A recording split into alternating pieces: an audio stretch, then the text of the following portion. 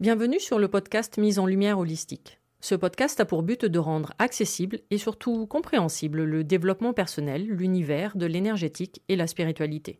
Mise en lumière holistique est là pour vous apporter des clés de compréhension dans votre cheminement intérieur spirituel. Des clés pour avancer, comprendre et œuvrer sur vous-même. Je suis Véronique Thorezin, coach, mentor et thérapeute holistique quantique. Et c'est la maladie, une sclérose en plaques, maladie neurologique dont je suis atteinte depuis plus de 15 ans, qui m'a permis de découvrir et plonger dans le monde énergétique il y a plus de 10 ans maintenant. De par mes propres expériences, mes connaissances acquises, mes compréhensions qui sont devenues aujourd'hui mon expertise, je vous accompagne avec ce podcast pour un moment de partage, afin de vous permettre de transformer votre monde intérieur et votre vie pour retrouver votre pouvoir intérieur et votre souveraineté. Chaque semaine, seul ou avec des intervenants, j'aborderai de nombreux aspects de l'univers énergétique, tels le lâcher-prise, la confiance en soi, les différents plans de conscience, la médecine traditionnelle chinoise, ainsi que bien d'autres pratiques de la spiritualité. Et surtout, une notion chère à mon cœur, l'ancrage, la clé de votre être. Je vous souhaite la bienvenue pour ce moment d'écoute. Vous êtes un corps, une âme et un esprit.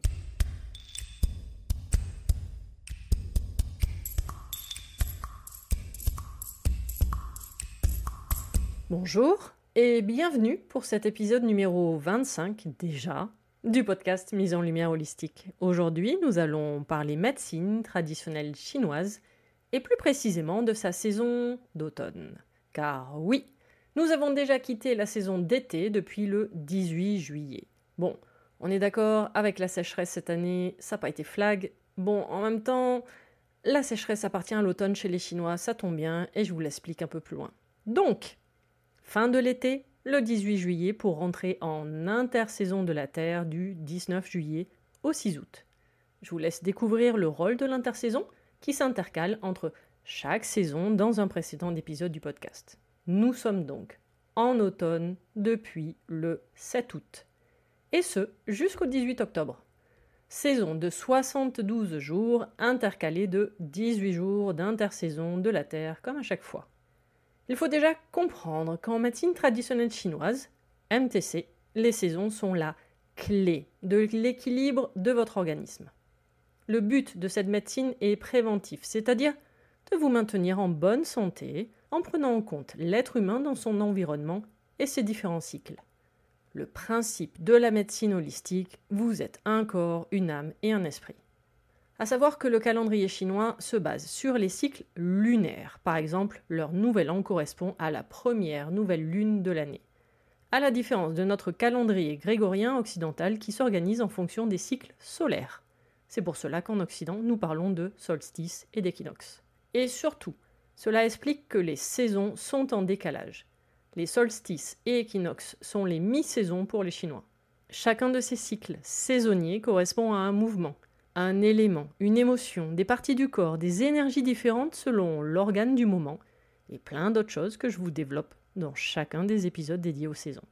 L'énergie de chaque saison, de chaque cycle est importante, car elle peut déséquilibrer et perturber l'être humain, entraînant des pathologies, des maux, des blocages, des maladies, et même des modifications sur les différents plans énergétiques, mental et émotionnel.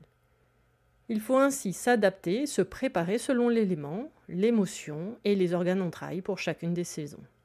Après l'été et sa saison d'extériorisation, l'automne nous demande de revenir en nous tout doucement par une phase de transition, d'intériorisation et de recueillement.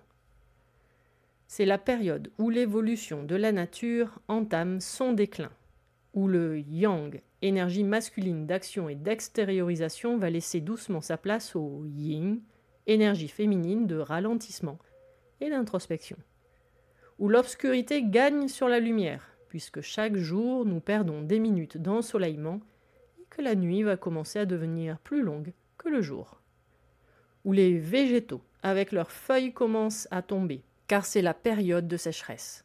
La sève commence à descendre, la végétation perd son eau pour mieux se préparer à affronter le froid. Bon, cette année, elles n'ont pas eu beaucoup d'eau quand même. L'automne, dans sa direction vers l'ouest, fait référence également au déclin de l'être humain, à la vieillesse, en commençant par faire le bilan sur soi-même, amenant à une introspection. Cette période nous demande de nous poser et d'observer. Observer tout ce qui s'est accompli durant l'année, tout ce que nous avons entrepris, mis en action. C'est la période des bilans, de faire le point sur les réussites et les échecs, ce dont on est content et même fier, ce que l'on peut ressentir comme un revers ou un échec. C'est la période où nous nous fermons sur nous-mêmes, comme si nous étions en fin de vie, en fin de cycle.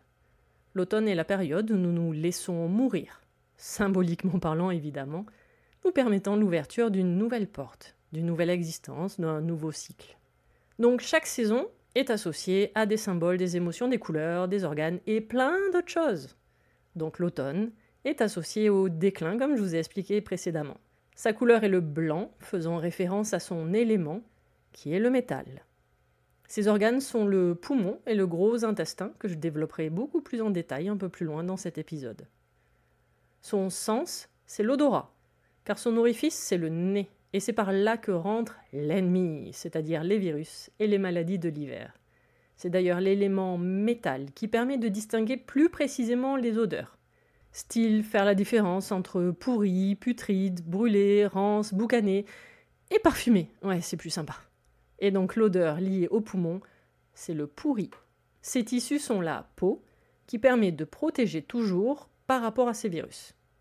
C'est pour cela que son excrétion est la toux, ou le crachat, une méthode comme une autre pour repousser l'ennemi. Son goût est le piquant ou épicé, que vous trouverez dans le piment, le curry, mais également la cannelle, la muscade ou la menthe. Ainsi, une alimentation légèrement épicée tonifie et stimule l'énergie de votre poumon. Évidemment, il ne faut pas en abuser pour éviter de léser son énergie, et trop d'épices peut même attaquer l'énergie du foie et sa colère. La condition climatique, c'est la sécheresse. Celle que l'on trouve normalement dans les déserts, celle que l'on a bien ressentie en France cette année pour certains d'entre nous. Or, le poumon a besoin d'un peu d'humidité, de vapeur, pour ne pas être lésé et pouvoir fonctionner correctement, ce que je vous explique tout à l'heure. Le son du poumon sont les pleurs, qui se reconnaît dans une voix pleurnicharde ou dans des sanglots. Une voix faible, sans force et sans vitalité, est signe d'un poumon faible. Travailler sa voix ou le chant renforce et fortifie le poumon.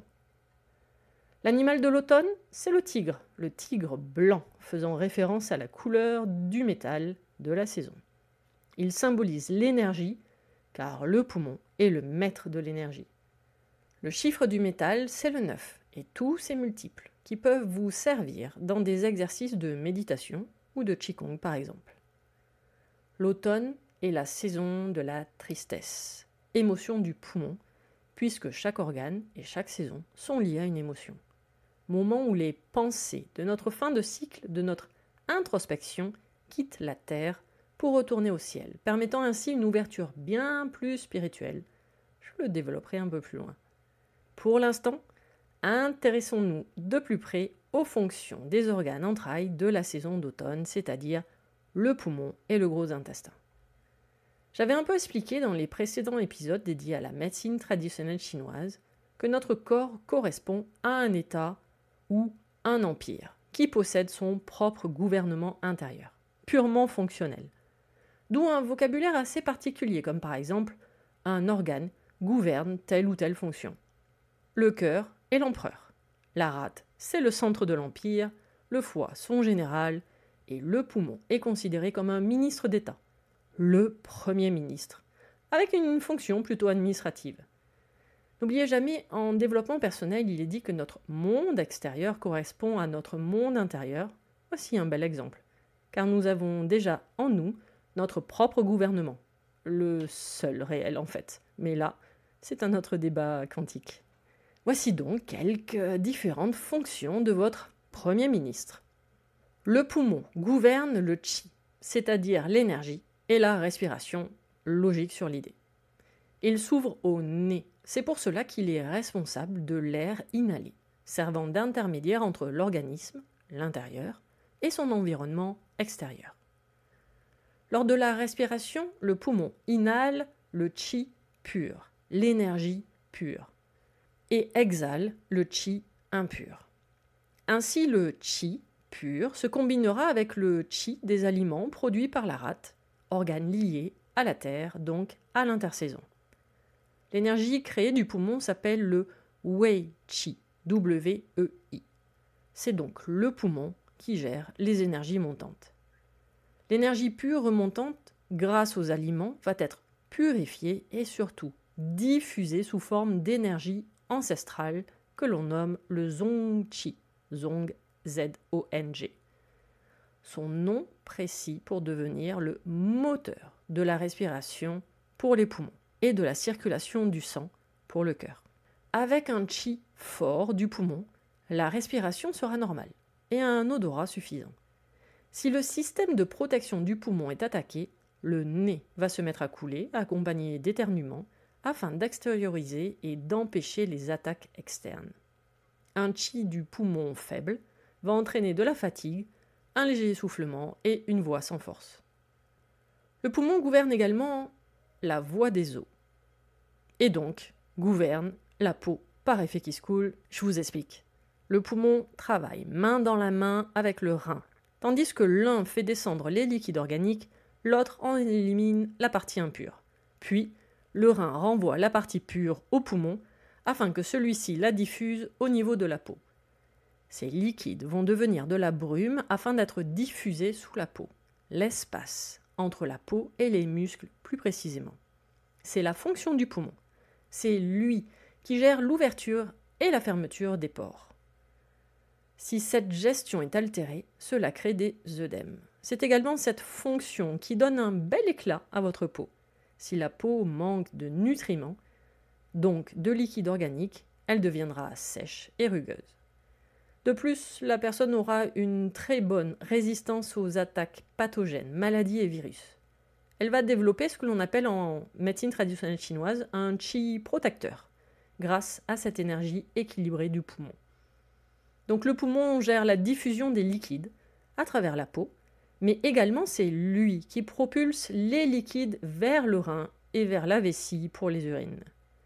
Le qi du poumon, le ministre, soutient également le cœur, l'empereur, à maîtriser le sang, car le poumon contrôle les vaisseaux sanguins. Il régule l'énergie circulant dans les méridiens d'acupuncture et encore la diffusion et la descente du qi et des liquides organiques. En médecine traditionnelle chinoise, les organes sont associés à des entrailles. Ils fonctionnent par paires. Le poumon est donc associé au gros intestin, dont sa principale fonction est la transformation, l'équivalent du composteur interne. Il fait circuler la nourriture digérée. Il transforme celle-ci en sels afin de les excréter. Si le qi du poumon est insuffisant, la fonction du gros intestin de défection sera contrariée et provoquera des constipations. Et inversement, si les aliments stagnent dans le gros intestin, la fonction de descente du qi du poumon peut être altérée et provoquer des essoufflements. Sur le plan mental et émotionnel, le gros intestin joue un rôle important sur le lâcher-prise et votre capacité à ne pas s'attarder sur le passé ou le futur. Instant présent, ancrage... Ok, bon, je vous en parle un peu plus après avec le descriptif de l'âme du poumon Po, PO, car on est en plein sur la symbolique de l'ancrage. L'énergie du poumon déséquilibrée provoque un nez sec ou bouché, des rhinites, de perte de l'odorat et un écoulement nasal. La tonalité de la voix également va dépendre de son énergie. Voix faible, enrouée, aphonie. Travailler votre voix, apprendre à la placer, permet de renforcer l'énergie de votre poumon. Des cheveux cassants et secs. Ce sont les liquides organiques, donc la fameuse brume du poumon qui hydrate les cheveux en les rendant brillants. Le poumon se manifestant sous la peau, nous pouvons donc trouver des troubles tels l'eczéma ou le psoriasis. On observe une accumulation de glaire et même de mucosité. En lien avec le gros intestin, des diarrhées, de la constipation ou le côlon irritable sont des déséquilibres. On peut également observer des déséquilibres au niveau émotionnel, comme ne pas savoir gérer son espace, ne pas savoir dire non ou se positionner en tant que victime. Un manque de lâcher-prise, de la rigidité, de la méfiance même, sont des signes. Être épidermique au monde extérieur est un signe, avec une belle symbolique d'ailleurs. Par contre, si des blessures liées à des deuils ne sont pas résolues, c'est le moment, car sinon, vous allez épuiser l'énergie du poumon et déclencher sinusite, bronchite, angine, pneumonie et j'en passe. Chaque saison est associée à un organe qui lui-même est associé à une émotion. Et l'émotion du poumon est la tristesse principalement. Associée au chagrin et à de l'inquiétude. Pas celle de l'intersaison, liée à la rumination. La tristesse de l'automne n'est pas celle du désespoir, mais c'est celle du désenchantement, une sorte de pessimisme ambiant. L'inquiétude noue le chi vital du poumon, tandis que le chagrin et la tristesse l'épuisent. Ainsi, l'inquiétude peut provoquer de légers essoufflements, des douleurs ou des tensions dans les épaules ou la poitrine. La stagnation du chi dans cette zone peut même être à l'origine de kystes mammaires chez la femme. La tristesse ou le chagrin peuvent provoquer un teint blanc et une voix faible, voire pleurnicharde. Un excès de tristesse nuit aux poumons et inversement. Lorsque le chi du poumon est faible, la tristesse s'installe. La saison du métal nous incite au repli sur nous-mêmes, tout en restant philosophe sur la vie qui nous entoure. Lorsque l'énergie du poumon est équilibrée, nous avons le sens de l'objectivité et de la sérénité, de l'équité, avec une attitude réservée tout en gardant une ouverture d'esprit sur le monde. Chaque organe en médecine traditionnelle chinoise possède également une âme. Celle du poumon s'appelle Po, P-O, l'âme corporelle du poumon. C'est-à-dire que Po est la partie la plus physique, la plus matérielle de l'âme. L'âme corporelle Po, de nature yin, se forme dès la conception du fœtus, tandis que l'âme éthérée, Hun, H-U-N, du foie, ne prend place dans le corps que 3 jours après la naissance. Les premiers mois d'un nourrisson sont focalisés uniquement sur l'âme corporelle Po, la sienne et celle de sa mère. C'est pour cela que le contact de la peau est très important dans cette phase-là pour un nourrisson. Po, l'âme du poumon, assure ainsi votre survie et votre autonomie en tant que personne incarnée. C'est cette âme qui vous permet de respirer, de vous alimenter. Po se trouve également dans le sang, le fluide vital sur Terre, la base physiologique de l'ancrage, puisque le sang appartient au chakra racine.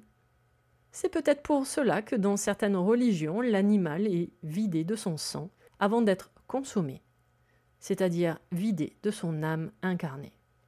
L'expression la plus appropriée à Po serait l'instinct de conservation, un instinct d'amour de soi, qui permet de savoir ce qui est bon ou non pour nous. L'âme du poumon nous relie à notre ancrage, car c'est l'essence même qui entre et qui sort du corps, entre le chi de la terre et le chi du ciel. L'âme Po est reliée au sentiment. Elle les régule par différents mécanismes, soit par l'attraction, soit par l'aversion, désir ou répulsion, plaisir ou déplaisir. C'est Po qui nous permet de gérer j'aime pas, ça me plaît pas. Si Po est déséquilibré, la personne peut devenir rigide, égocentrée, séparée des autres, avare. Elle est plus centrée et ancrée en fait. Elle peut également devenir influençable et insouciante. Extrêmement déséquilibrée, Po peut provoquer des dédoublements de personnalité jusqu'à la schizophrénie. C'est grâce à Po que nous ressentons les douleurs et les démangeaisons. Cette âme, Po, l'âme corporelle du poumon, meurt avec le corps, tandis que Hun, l'âme éthérée du foie, la saison du printemps, survit après la mort. Mais l'âme corporelle Po ne disparaît pas instantanément. Elle reste auprès du corps quelques jours. C'est pourquoi certaines religions ou traditions accompagnent et veillent les morts, jusqu'à 49 jours chez les bouddhistes tibétains. Selon les légendes chinoises, si la personne est extrêmement matérialiste, donc avec un Po en excès, celle-ci va avoir du mal à se détacher de ses biens terrestres et peut errer, tel un fantôme, enfin une âme errante plus précisément. L'énergie du poumon se retrouve également dans vos rêves. Des rêves de chagrin, de pleurs, de tristesse, de peur sont des signes de déséquilibre, pouvant aller jusqu'à des rêves plutôt cauchemars, de guerre, de combat, avec beaucoup de sang.